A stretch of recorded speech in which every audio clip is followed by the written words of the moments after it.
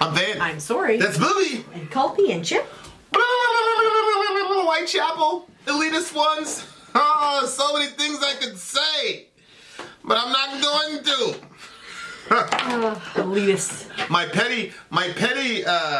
petty clicker is low today, so I'm gonna be low on the pettiness. Oh yeah, I never forgot. What is this noise? Because I'm trying to turn over a new leaf. Yeah? Oh well, that's good. So, the pettiness factor is, I'm not going to say anything. This is Elitist Ones by Whitechapel. We've got a Patreon partner tier where you can get your local band. No, I changed it. Really? Yep, I updated it. To what? You can get a band reviewed. We should have had a conversation about that, but anyway. Well, we've been announcing it on every video. It's supposed to be a for local band, and then people life hack their way into getting their favorite bands reviewed. So it's $75 partner tier. This is for the big homie. Is it Josh? Is that? Yeah, this is Josh Beers. Well, I didn't know if he wanted his last name shouted out there, but hey, who cares? Who cares about people's privacy? So Josh, we've announced it before, and you're like, tip one back for me, Josh. And he said he always does. I didn't announce his last name. Good Lord, there's like a trillion Joshes on the planet. Not anymore. No. So shout out to the big homie. This is Whitechapel. People have been telling us to do Whitechapel a lot. I think this is the first Whitechapel song. Actually, you're right. Is this the first Whitechapel song we did? Yeah. We've ever done? No, okay. I don't know. Hey, don't ask me. Alright, so this is Whitechapel, Elitist Ones. No, see, I said each villager at the 75 tier will get their band reviewed by us. We'll actually review one of your songs. I think I didn't change it. Okay. I think I decided to wait and talk to you first. How nice of you. Mashallah tabaraka. Okay, let's go. What a nice wife. Can we just listen to the song? If I feel like it. Good Lord. Whitechapel, the Elitist Ones. Let's go. And go.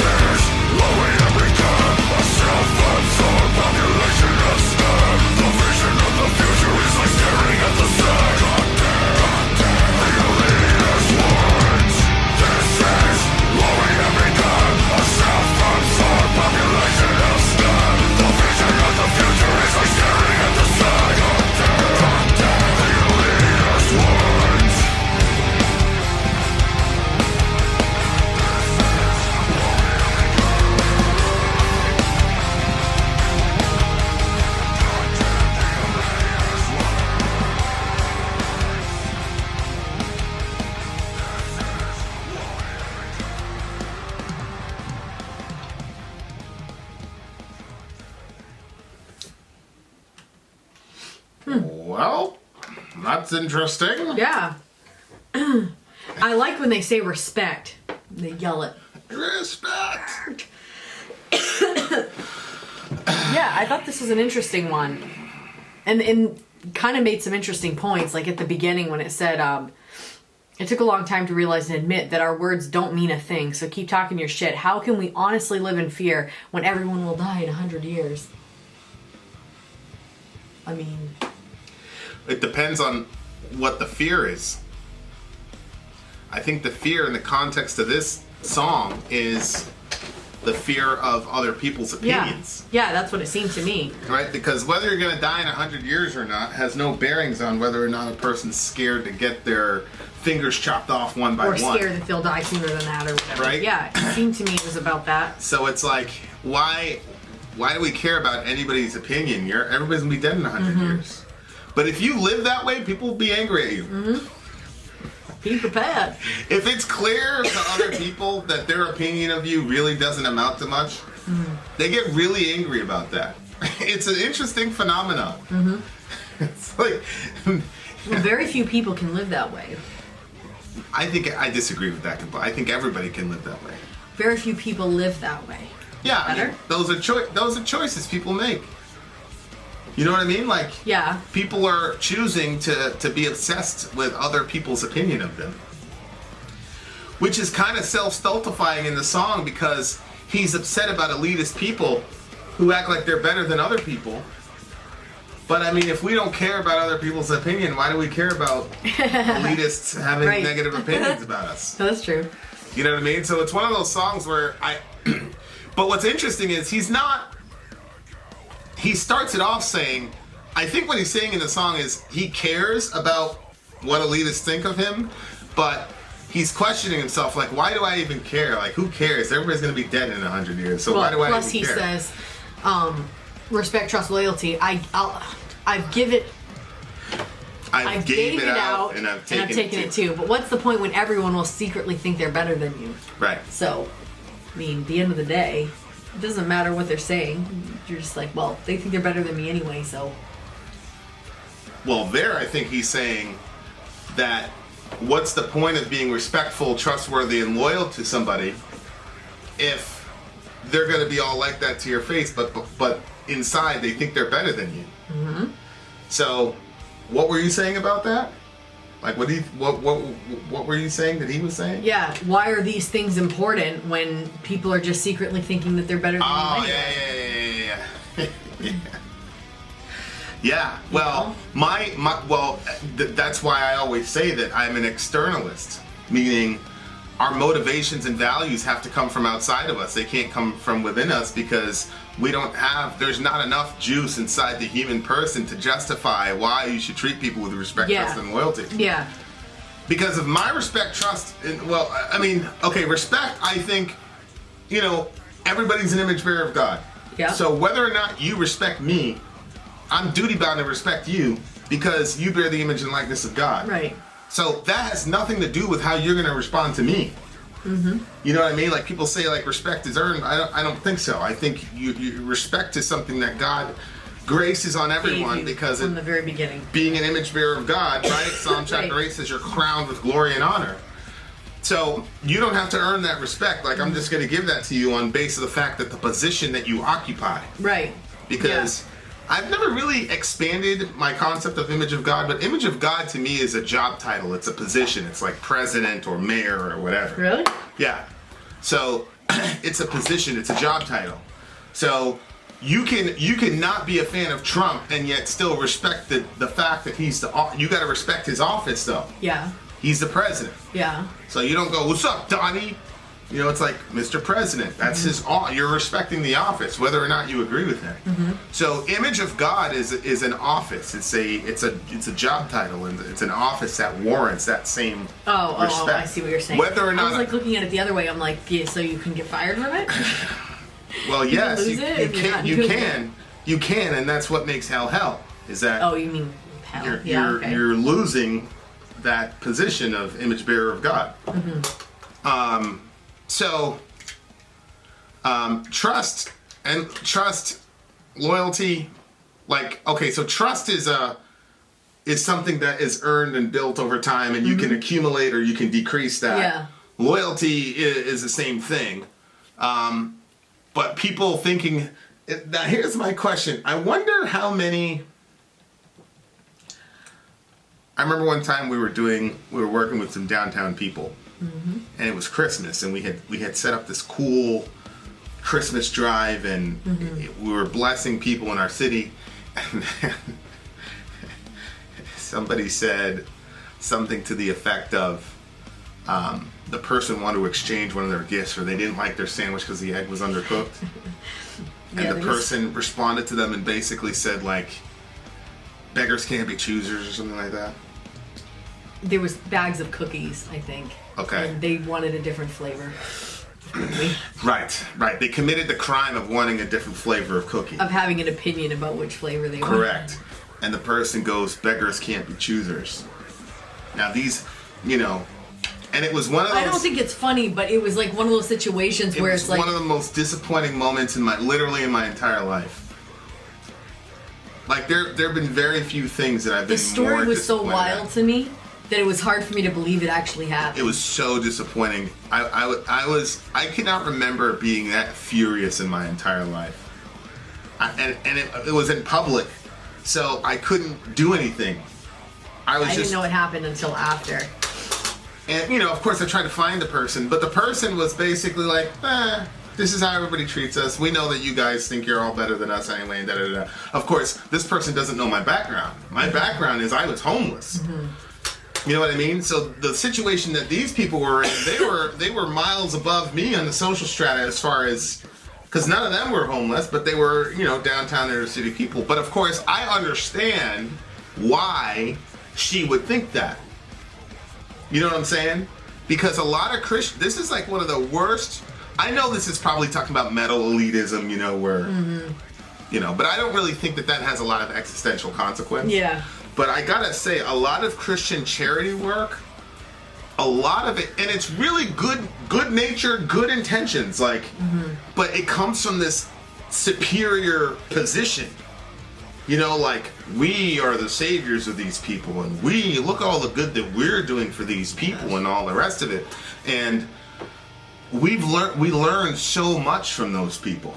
And there were that one guy that, right before he died, he made that little cross. He used to do all this woodwork or whatever, and he made this little cross for us or whatever, and there are a lot of things that we got from them, and they changed us as people.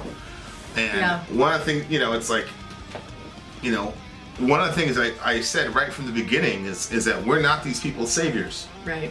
We're not their saviors. Like, we're here to kind of give a message and we learned so much of those. So it was just like it was such a crazy gut punch, because it was like, I felt like I had failed in communicating what we were there for and what we were doing, and making sure that everybody, realized that this is, Jesus says more blessed to give than receive. Yeah. So this is an opportunity for you to be, you need these folks. You need them as much as they need you. And I was saying that, and I was just like, man, and of course that person had never had the experience of being homeless and all the rest of it. And there was only 2 or 3 times when we were homeless where people talked to us as if we were beneath them. And of course my mom, lit them up and whatever, because that's my mom. But but I felt like, I was like, okay, I obviously did not communicate that very well, and yada yada yada. But at the time, there was nothing I could do. I just... You heard it? No, the person that did it came back and told me. And I went to try to find the person, and the person was just like, they weren't really affected by it. They were like, yeah, we know how you guys are. We know how you feel. Da, da, da. Thank you for Really? Oh, yeah. It was basically What do you mean, we know how you feel? As in, we know you think you're better than us? Yeah. Or? Yeah. We know the deal. We know but it wasn't even you think you're better than us. She was like, we know our place in the whatever, because these people have been institutionalized that they're less than, because they're Oh my gosh. So it was a really difficult time, and it really clouded. That was like one of the best things that we did down there. Like, as far as like getting all the moving parts together to pull that thing off was extremely difficult, a lot of Yeah. complexities, and we did it just destroyed the entire night for me after that. I was like, I didn't know you talked to the person after. oh yeah. That makes it even more sad. I didn't talk about that because I was really emotional about that because of how she. It was always a hard. Anytime like something horrible. Remember that the cops. That's poured exactly beer what I over- was thinking. And the about, guy was just happy he didn't get arrested. Like anytime like those people just accepted that they were beneath people. That interaction makes me so angry that I wasn't standing there when it happened. Right. Right. Because that's my like. Yeah. Ugh, it makes me so angry. I would have said something to that cop, and I wouldn't have held back because that is so wrong. Yeah, the cop came and poured the guy's beer over his head and. Because he was drinking in public. You're not supposed to drink publicly. And he was drunk. But how are you going to do that to somebody? Yeah, and the worst thing about it was that the guy was thankful he didn't get arrested or whatever. And it's like... And see, like, if I had seen that interaction, like... Yeah, you would have said something. I would have said something to the cop, and I would have gone down to the station and reported it to whoever the higher-ups are. Whether they care or not, I don't know, but I would at least have to do that. And when I'm, like, serious about something, people take me seriously, so I just... Well, it's like what happened to Sabrina. You know, where the cops, they came to her place of business because one of her neighbors had a psychotic episode, accused her of theft. She was completely innocent. And then the cop shows up to her job. 2 days into her job. She just got the job, and the cop goes and harasses her and says, "We're gonna come back at 5 o'clock." And da-da-da-da-da-da. So she's scared to death. Mm-hmm. And I knew it was all BS, and he was just trying to get her to confess it. So I went down there, and I brought up this. And you remember, he was like, "Well, come with me." Yeah. Because the cop who did it wasn't on duty, and then I went to the back, and the guy basically said, "I said, this is bullshit. Yeah. You know it's bullshit. He doesn't have anything on her. You know this is completely..." And he brought me to the interrogation room, and he was like, "Well, yeah, I get it. I'll have to talk to him. Da-da-da, tell her she's fine." And I was just like, "This is..." She was scared. Of course. What do you mean? Young mom. It's crazy. It's like But again, these are usually defenseless people who are under the social strata or not among the elite. Mm-hmm. And the crazy thing to me about human nature is that there are people who are, like if you talk about economics, right? There's a 1% of people who are accumulating like millions of dollars, and those people are the elite, right? Yeah. The rest of us are pretty much the distance between a homeless person and a middle class person is closer than the distance between a middle class person and a filthy rich person. Yeah. But it's crazy to me that even though there's this much of economic difference, the person here will act as if they're like a god over these people. Remember that? It's mind blowing. Remember you were telling me about the people that were like working. They were like from a certain area, like not from America, and they would come to America and they would work, and then they would go back and they would look down upon the other ones that were their own people. Yeah. Oh yeah. When we were hanging out, we were hanging out with Cali. Zonia and Cali with De Herrera and that, and they were talking about the Mexican folk that would come over on the work visas. Yeah. And of course, when the Mexicans are here on the work visas, then the surrounding community is looking down at them. Right. But he was saying that they go back to Mexico and look down on their own people. Right. Yeah. And I was just like, and then of course we were like, what? This is crazy. Yeah. And then I said, the only reason we think that's crazy is because we're saying, hey, you're the people that are looked down upon. How dare you look down upon other people when you are, you're some flea in America? So like, everybody's thinking, all of our thinking is just so screwed up. Right. Any little thing that we have above people, and this is where the whole metal elitism comes in, where it's like, we always have to find something that puts us above everybody. Yeah. We just have to. Like you gotta find something. So if you're listening to metal is real music, everything else is bullshit music. Mm-hmm. But then now within metal, you have to be a certain level of metal to, whatever, so that you can put yourself above. Yeah. It's just insane. It's unbelievable. This is what we've become, a self-absorbed population of scum. Of course, I would say we didn't become that. We were born like that. Right. You're born self-absorbed. The vision of the future is like staring at the sun. Did you think that was like, well, if you stare at the sun, it blinds you, like Right. you can't see, so Right. there is no vision. It's like I think he's saying there's no vision of the future where people aren't doing this. Oh, I thought he was That's what saying I'm if we continue this way, there is no future. Yeah, I think he doesn't hold out much hope for humanity that we'll figure it out. Of course, we believe we'll figure it out. Yeah. Because we believe that the way of Jesus is the ultimate solution. Yeah. You know, and you know, the Sermon on the Mount puts everybody on equal plane. Give to those who ask of you and don't ask anything. You know, you think about this principle: give to those who ask of you and don't ask for anything in return. Okay, so if and the scripture says the borrower is a slave to the lender. Yep. So if I give you something and you have to pay me back, then the strata is there. Like you are the OE and I am the payee, and so until you square the debt, there is an incongruous relationship. So when Jesus says give without expecting anything in return, what it does is it keeps everybody on equal ground. Because I can give you something, you don't owe me anything. Right. And like that's like if you really think about that, like it's a crazy concept. Like it cuts out all, you know, elitism, all social elitism. Like everybody's on the same plane. Yeah. You know, and that's a pretty crazy thought, but it's interesting. Metal is such a crazy genre to me. You know that All the topics that can be sung about. Go ahead. I'm sorry. You know that verse that talks about your sin will find you out? Yeah. Like, you know how there's like, it says it with such a surety, you know what I mean? That, Right. Surely. yeah, your sin will find you out. Right. You're not gonna do something dark or terrible and hide it. It's going to come out, so you should deal with it before it gets found out. That's much worse.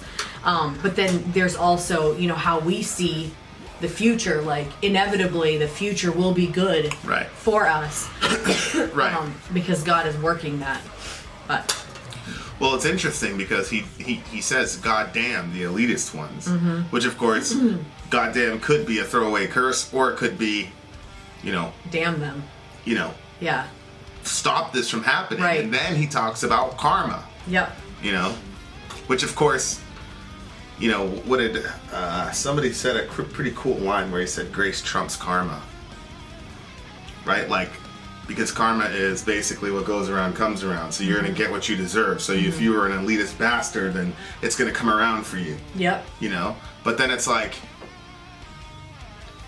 well, you know, the concept that grace trumps karma, meaning God's mercy to people, Yep. trumps the concept of karma, so that even though it was supposed to come around, when it does come around, you actually receive mercy. So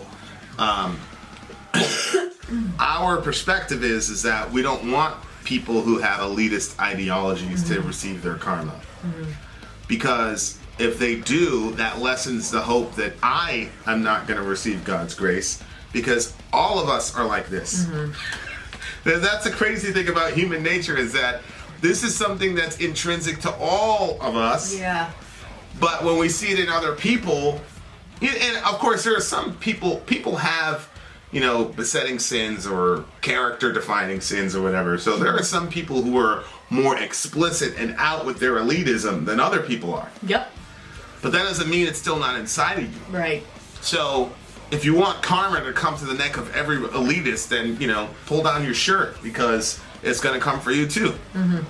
Like, sometimes we presuppose that people who are worse than us are in a different category than us. Like, elitism is on a spectrum. Everybody's an elitist. Like, many of us are elitist against elitists.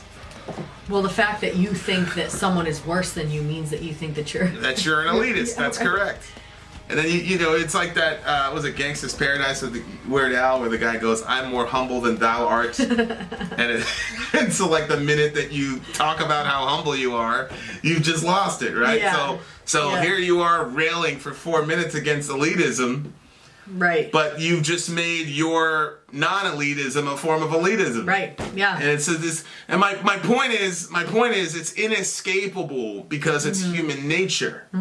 Like, this is within human nature. It's not something that's only particular to a certain group of people. So anyway, good song. What do you get it? 8.9. It's a solid 9 for me. I just think that this song is it shows the flexibility of metal as a genre. It's just, it's unbelievable. You literally can sing about anything. So, anyway. All right. Vin out. Sori out. Gone.